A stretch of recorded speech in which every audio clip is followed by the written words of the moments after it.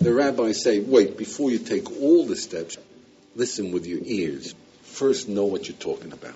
Before you decide whether you accept it or you disagree, before you argue, before you make statements, before you declaim, first, first focus. What are you talking about? So to give you an idea of what you're after, see, a fellow comes into this yeshiva visiting the Holy Land. Everybody knows this is the Holy Land, right? So you ask a guy, look, you're spending some time in the Holy Land. How does it feel? You feel like it's holy? He says, listen, I've been to the north, I've been to the south, to Masada, to En-Gedi. Nothing holy about this place. Yeah. So what we say to them is, tell me, you've been to the north, you've been to the south, you've been to Masada, to Tiberias. How many bafuf sticks did you see? Right?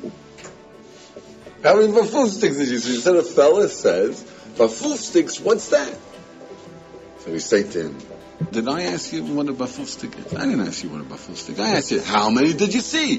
He says, what the heck are you talking about? How can I tell you how many I saw? I don't know what you're talking about. I don't know what a bafuf stick is. So we say, tell me, do you know what holy is?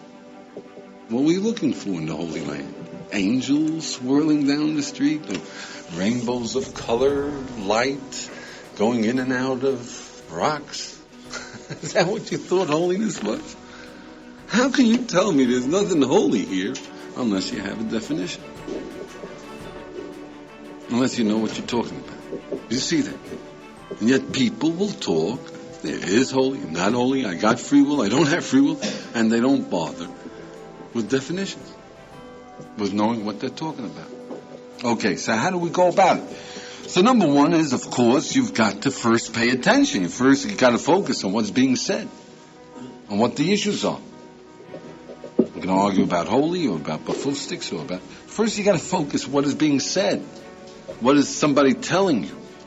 And second of all, you have to take it out of all the verbiage and focus on the message, on the point that you're discussing. That's the first two things. Yeah?